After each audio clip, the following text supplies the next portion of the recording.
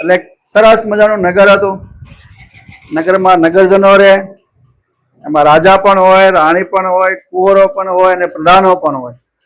અને આખી નગર વ્યવસ્થા બહુ સુંદર હતી અને આયોજનથી કામ થતું હતું. એવામાં એક દિવસ એવો બન્યો કે રાણી એના નિત્યક્રમ પ્રમાણે નદીએ નાહવા જાય છે. નગરની બાજુમાંથી ખળ ખળ ખળ ખળ ખળ કરતી નદી વહે છે. એકદમ શુદ્ધ તેલ જેવું પાણી જાય. આપણને પણ નાહવાનું મન થાય એટલે ત્યાં પ્રધાનો સાથે રાણી નાહવા જાય છે. બહુ નાઈસ, બહુ આનંદ કરે છે. અને નાઈને પાછળ નગરમાં આવે છે પાછી, અને કપડાં પહેરે જોવે તો ગળાનો જે હાર હતો ખોવાઈ ગયો, મળ્યો નહીં. અને ખૂબ ચિંતા વ્યક્ત કરે છે, હવે શું કરવું? આ તો મને રાજાએ ગિફ્ટમાં ભેટમાં આપ્યો હતો. આ તો ખૂબ મૂલ્યવાન હતો, આની કોઈ કિંમત ચૂકી શકાય નહીં. ખૂબ ગભરાઈ જાય છે. રાજાને કેવું કે એમ મને ખીજાય કે એને ભેટમાં આપ્યો હતો અને મારી પહેલી મુલાકાત સમયે, એટલે ખૂબ એકદમ ગભરાઈ જાય છે. પછી ધીમે પ્રધાનને વાત કરે કે પ્રધાનજી, આપણે નદીએ નાહવા ગયા હતા અને ત્યાં મારો હાર પડી રહ્યો અને કોઈ લઈ ગયું છે, તો હવે શું કર્યું? એ પ્રધાન નમ્રતાથી રાજાને વાત કરે છે કે રાજાજી, મહારાણીનો આ રીતે હાર ખોવાઈ ગયો છે, નદીએ નાહવા ગયા ત્યારે મળતો નથી. રાજા એકદમ આમ ચકિત થઈ ગયા. શું, હાર ખોવાઈ ગયો? હા, હાર ખોવાઈ ગયો. અને તો ઢંઢેરો ટીપાવે છે કે રાજા કહેવાય, આખું રાજ્યનું એ મેનેજમેન્ટ કરતા હોય છે. એટલે કે છે, પ્રધાનો જાઓ, ગામમાંથી ઢોલીને બોલાવો, ઢંઢેરો ટીપાવો, અને જેને હાર મળે એને આપણે 100 સોના મોર આપશું ભેટમાં. એટલે ઢોલીને બોલાવે છે પ્રધાનો, અને ધીમે ધીમે ઢોલી રાજમહેલમાં આવે છે. અને ઢોલી ઢોલ વગાડે છે. સાંભળો સાંભળો સાંભળો, આપણા નગરમાં મહારાણીનો હાર ખોવાયો છે, તો જે કોઈને મળ્યો હોય તો રાજનગરમાં આપવા વિનંતી, અને એમને ભેટ રૂપે 100 સોનામર આપવામાં આવશે. આખા નગરમાં એકદમ શાંત વાતાવરણ થઈ જાય છે. ઘેરે ઘેરે ચર્ચા થાય છે કે આ હાર અમને મળી જાય તો કેવું સારું, કે મને પણ 100 સોનામર મળે, આપણે ગરીબ છીએ. એટલે ઘેરે ઘેરે જ્યાં જાઓ કે આ જ વાત થાય છે કે હાર મને મળે તો કેવું સારું, મને મળે તો કેવું સારું. પણ ખબર નહીં કોના નસીબ હશે. એટલે એક દિવસ એવું બન્યું છે કે અચાનક એક સાધુ બ્રાહ્મણ ત્યાં નદીએ નાહવા જાય છે. અને એ જ જગ્યાએ નાતા નાતા ધીમે ધીમે જ્યાં રાણી નાહી ત્યાં પોગે છે. અને અચાનક એને હાર મળે છે. એકદમ ખૂબ ભાવુક થઈ જાય છે. એટલા માટે થઈ જાય છે કે એમને કાને વાત હતી કે જેને હાર મળે 100 સોનામર મળવામાં આવશે. એટલે ગરીબ વ્યક્તિ હોય ને એટલી 100 સોનામરની વાત થાય તો સ્વાભાવિક છે એના માટે તો હર્ષના આંસુ આવી જાય. એટલે કે આપણે 100 સોનામર મળશે. કેવું કેમ આવે રાજાને કે એમને હાર મળ્યો છે? ખરી આ વાતને આખી નગરને ખબર નથી. એક બાજુ કહી નથી શકતા જે સાધુ બ્રાહ્મણ. બીજા દિવસે ફરી પાછો રાજા ઢોલીને બોલાવે છે અને ઢંઢેરો ટીપાવે છે. સાંભળો સાંભળો સાંભળો, આપણા રાજમહેલમાં, આપણા નગરમાં મહારાણીનો હાર ખોયો છે. જેને મળે એને 100 સોનામર આપવામાં આવશે. ફરી વાર ઢંઢેરો ટીપાયો છે. અને આ સામે સાધુ બ્રાહ્મણ એ હાર આપી નથી શકતા. છતાં જીગર નાખીને બીજા દિવસે ધીમે ધીમે જાય છે રાજમહેલમાં અને નમ્રતાથી કહે છે, મહારાજ, અમે એક સાધુ બ્રાહ્મણ છીએ, અમને હાર મળ્યો છે. અમે બંને જણા નાહવા જતા નદી કિનારે, ત્યાં અમને મળ્યો છે. એટલે રાજા તો ખુશ થઈ જાય છે કે ખરેખર? હા, પણ એ હાર ચમત્કારી હાર હતો. કેવો હતો? ચમત્કારી હાર. એટલા માટે રાજા અને રાણી ચિંતિત હતા. એમાં પૈસા કરતા વેલ્યુ બહુ જાજી હતી. એમાં ઘણું બધું શીખવા મળતું હતું. એટલે એ બધું રાજા અને રાણી દુખી હતા. જે ધારે એમાં આપણને મળતું. અને ઘણા બધાના એ હાર ભવિષ્યને સુધાર્યા હતા. એટલે કે લાવો સાધુ બ્રાહ્મણ એમને પ્રેમથી આપે છે. અને રાણીને પણ ખબર પડે છે કે આ હાર ફરી મળી ગયો છે. ને રાજા પાસે આવી ગયો છે. રાણી ખૂબ ખુશ થઈ જાય છે. હાય ખોવાઈ ગયો તો મૂલ્યવાન હતો યાર, પાછો મળી ગયો છે. અને એમાંથી ફરી પાછું બધાને ઘણું બધું શીખવા મળશે, સમજવા મળશે અને જાણવા મળશે. કારણ કે કિંમત કરતા એમાં જે કઈ ઉપજે, જે શીખવા મળે એ મહત્વનું હતું.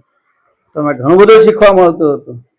તો એ મૂલ્યવાન હાર તમારે જોવો છે, ખરેખર જોવો છે, તો કોઈ બોલવાનું નથી. શાંતિથી આંખો બંધ કરો અને હું તમને હાર બતાવું.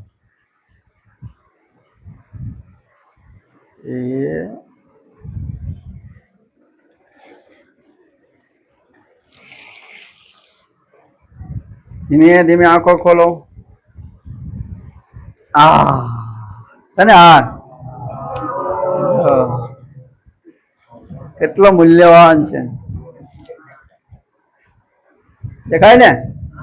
કારણ કે આમાંથી આ હારથી ઘણા બધા બાળકોના જીવન સુધર્યા. લાટ લાટ એટલે કેટલા લાટ? 100 ગણવા પડશે. 100 ગણવા પડશે. 100 કોઈ કે 100 છે અને કોઈ કે ગણવા. ટાઈટ રાખજો. આ સફેદ મોતી, આ લાલ મોતી.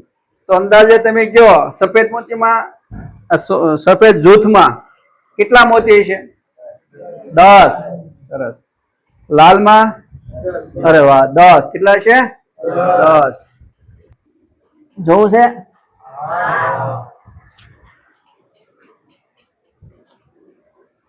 મસ્ત મસ્ત. કેવું છે? શું હશે? કોણ કે છે? તેમને કહેતો પોપટ, મેના, મોર છે. શું છે? પોપટ. પોપટ નો કલર કેવો હોય?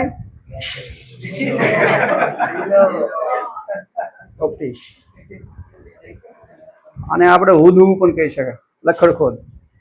મરાઠીમાં લોકો હુદહુ કે. તો આ પોપટ છે, જાદુ પોપટ છે. કેવો? આનાથી તમને અંક આવડે, વચ્ચેની સંખ્યા, આગળની સંખ્યા, પાછળની સંખ્યા, ચડતો ક્રમ, ઉતરતો ક્રમ, નાની સંખ્યા, મોટી સંખ્યા, એકી સંખ્યા, બેકી સંખ્યા, બધું આ તમને શીખવાડશે. પણ સારી રીતે ઉપયોગ કરો તો. એટલે પોપટ પાછો ઉડ્યો, ઉડતો ઉડતો ઉડતો ઉડતો કરતો ઘનશ્યામભાઈના ખંભે બેઠો, આરામ કરે. પાછો ઉડતો ઉડતો ઉડતો ઉડતો ઉડતો ઉડતો ઉડતો ઉડતો ઉડતો ઉડતો ઉડતો ક્યાં બેસે છે? અજયભાઈના નાકની ડાની. ફરી પછી આરામ કરી ઉડતો ઉડતો ગણિત માળા ઉપર બેસે. ક્યાં બેસે? ગણિતમાં. તો શરૂથી કરીને પોપટ સુધી કેટલા મોતી છે? કોણ કહેશે? સરસ. ધ્રુમિલભાઈ. ધ્રુમિલભાઈ. હા, ધ્રુમિલભાઈ એક બોલી રે પછી તમારે એક બોલવાનું, એની સાથે એક બોલવાનું નથી. હા. 1 2 3 4. બરોબર છે? પોપટ શરૂઆતથી લઈ અને ચોથા સ્થાન ઉપર બેઠેલો. એટલે કેટલા મોતી છે? 4. ચોથા સ્થાને બેઠો છે. બરોબર છે? સરસ. ભાઈ ધ્રુમિલ માટે તાળી. સરસ. કે હવે ગણતો જાહે. ધારો કે પોપટ ઉડાડીને કીધું કે તે પોપટને 12મા સ્થાને મૂકો. તો પહેલી ક્લિપમાં અહીંયા પોપટ હતો એટલે અટકી જતો. પણ અહીંયા એમને એ ધ્યાન રાખવાનું છે ગણતરી રીતે કે હું ખરું બોલું છું કે ખોટું, અને કઈ જગ્યાએ અટકવાનું છે. એટલે 12નો જે અંક છે ને, એ અંક પણ ધ્યાનમાં રાખવાનો. એટલે આની કરતા એક સ્ટેપ ક્લિપ 2 થોડી અઘરી છે. એટલે હવે આપણે જઈએ ક્લિપ 2 ની અંદર ને. ચાલો, આ પોપટને હિતેશભાઈ 13મા મોતીને યોગ્ય સ્થાને મૂકો. 13 મોતીને યોગ્ય સ્થાન, યોગ્ય સ્થાન અહીંયા મૂકે ને તો એ સ્થાન જ છે. બરોબર, આ એક સ્થાન જ બેઠો છે ને, પણ આપણે શું બોલ્યા 13 ના મોતી ઉપર, એટલે યોગ્ય સ્થાન નથી, એટલે કહેવાનું 13 ના મોતીને યોગ્ય સ્થાને બેસાડો. બેસાડ્યા તેમ? હવે ગણો. 1 2 3 4 5 6 7 8 9 10 10 ને 11 10 ને 2 12 10 ને 3 13. શરૂઆતથી લઈ અને 13મા સ્થાન ઉપર બેઠો. અહીંયા શરૂઆત ન બોલો તો હાલ છે, કારણ કે ક્લિપ બદલી ગઈ. અહીંયા કહેવાનું પોપટ 13 ના મોતી ઉપર બેઠો છે, એટલે યોગ્ય સ્થાને બેઠો, એટલે કે 13 નું મોતી છે. કેટલું છે? 13. બરોબર છે. તો અત્યારે આપણે ક્લિપ 1 અને ક્લિપ 2 શીખ્યા. ક્લિપ 1 માં શિક્ષક પોપટ ઉડાડે છે, અને ઉડાડીને શિક્ષક ખુદ ગણિત માળા ઉપર બેસાડે છે, અને બાળક ગણે છે. શિક્ષક બોલે છે કે શરૂથી કરીને પોપટ સુધી કેટલા મોતી છે, કોણ કે છે, અથવા નામ બોલવાનું.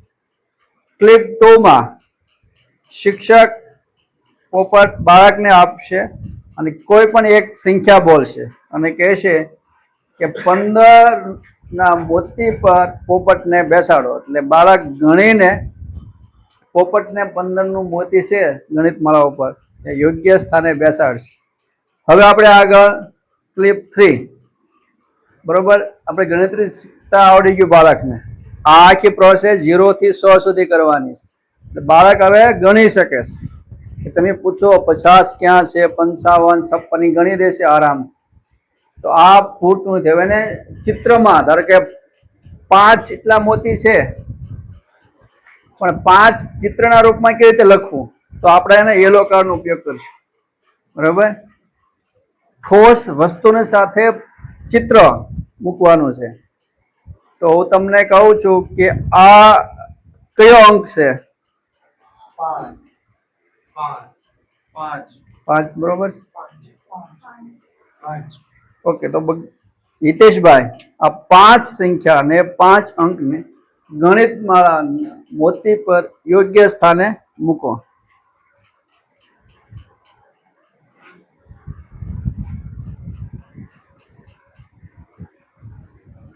સરસ, બરોબર છે, કમ્પ્લીટ. હવે અહીંયા ખાસ ધ્યાન રાખવાનું, અહીંયા તમે ગણશો નહીં તો જરૂર નથી. આપણે ગણતા ને 1 2 3 4, કારણ કે હવે બાળકને ગણતા આવડી ગયું છે, તો ડાયરેક્ટ વગર ગણતરી કરે અહીંયા યોગ્ય સ્થાને મૂકી શકે છે. તો 5 એમનું યોગ્ય સ્થાન છે ને. સરસ, હિતેશભાઈ માટે તાળી પાડો. વેરી ગુડ, સરસ. ચાલો, મારી પાસે કયો અંક છે, કોણ કહેશે? 10 17. કેટલું છે? 10. સરસ. દશિલાબેન, આ 10 સંખ્યાને ગણિત માળામાં એમને યોગ્ય સ્થાને મૂકો.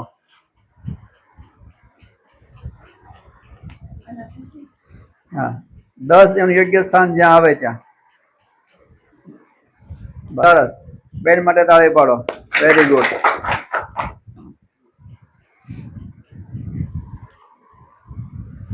પારસભાઈ, કઈ સંખ્યા છે?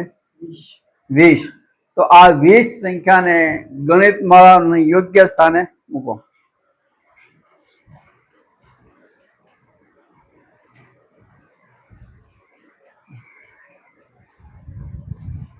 બરોબર છે, સરસ. તમે કેમ ડાયરેક્ટ મૂકી દો? તમને કેમ ખબર પડી ગઈ કે આ 20 અહીંયા જ છે, નહીં અહીંયા, કે નહીં અહીંયા, કે નહીં અહીંયા? કેવી રીતે ગણતરી કરી? 10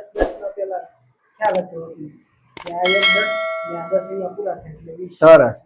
એમને ખબર હતો કે આ સફેદ 10 મોતી છે, લાલ 10, એટલે સીધું 20. બીજી રીતે ગણતરી કરીને મૂકવું હોય તો વિચારો, બીજી કોઈ ગણતરી કરી? વેરી ગુડ, ઓલરેડી આ 10 છે જ તે ચિત્ર, અને એમાં 10 ઉમેરો એટલે 20, એટલે યોગ્ય સ્થાન થયું. સરસ. કઈ સંખ્યા? 30. તમે જે સંખ્યા હાથમાં લો યલો કાર્ડમાં એ એકવાર દરેક બાળકને બતાવવાની છે, જોવું જોઈએ કે આ 30 માં 3 ને પાછળ 0 કેટલી છે? 30. સરસ. હિનાબેન, આ 30 સંખ્યાને ગણિત માળામાં યોગ્ય સ્થાને મૂકો.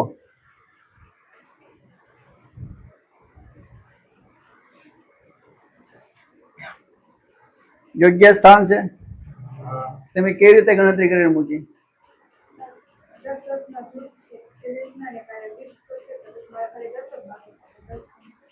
ઓકે, બરોબર. તો 30 કેમ થાય? 30 કેમ થાય? કોણ કહે છે 30 કેમ થાય? તગડે મળે 30 કેમ થાય? 30 કેમ થાય? 20 ને 10 30. 30 કેમ થાય? 10 ને 3 જૂથ. 30 કેમ થાય? 15 ને 2 જૂથ એટલે 30. 30 કેમ થાય? 20 ને 10. પણ તગડે ને 0 30 થતા નથી. આ ખાસ ધ્યાન રાખજો. એટલે આપણે કેવી છે એવી કે 30 ને 1 31, 30 ને 2 32, 2 તગડા 33 કે તગડે સોગડે 34 બોલવાની જરૂર નથી. 16 જાઓ પ્રશ્ન પૂછવાનો, એમાં કુતૂહલતા જાગે. કઈ સંખ્યા લખીએ છે? 45 કોણ બોલ્યું? સરસ. તમે ક્યાં ખબર પડી ગઈ? 30 લખેલા હતા અને 15 આપણે 45 લખ્યા હતા. સરસ. કેટલી છે આ સંખ્યા? 45. કેટલી છે? 45. સંજયભાઈ, આ 45 સંખ્યાને ગણિત માળાના યોગ્ય સ્થાને બેસાડો અથવા મૂકો.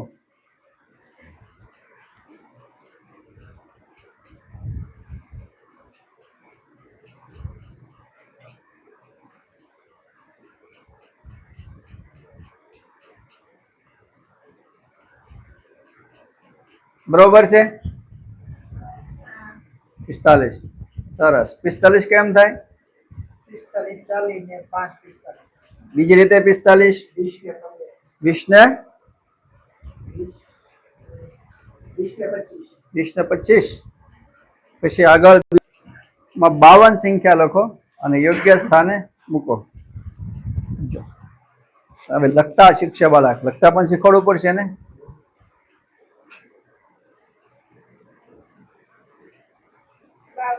બરોબર છે? સરસ. સવારથી લઈને સાંજ સુધી આપણે ગણિત, આજનું સેશન ગણિત હતું, બરોબર. તો ગણિતમાં ખાસ આપણે ગણિત માળા ઉપર ભાર આપ્યો છે લેવલ 1 ની અંદર. તો એમાં ક્લિપ 1 શીખે. પહેલા તો સૌથી પહેલા રંગોમેટ્રી શીખ્યા. રંગોમેટ્રીમાં કેવા કેવા પ્રકારના કલર છે, કેવા કેવા પ્રકારના આકારો છે, એનાથી કેવા પ્રકારની પ્રવૃત્તિઓ થાય છે, એમાંથી બાળક શું શીખે છે, એ બધું આપણે શીખ્યા સ્ટેપ બાય સ્ટેપ. અને એ આપણે L1 માં શરૂઆતના 2 વીક એટલે કે 15 દિવસ એ કરવાની. એ સમય દરમિયાન બાળક અરેગ્યુલર હોય, અનિયમિત હોય અથવા વાલી મૂકતા ન હોય તો એ આવી જાય.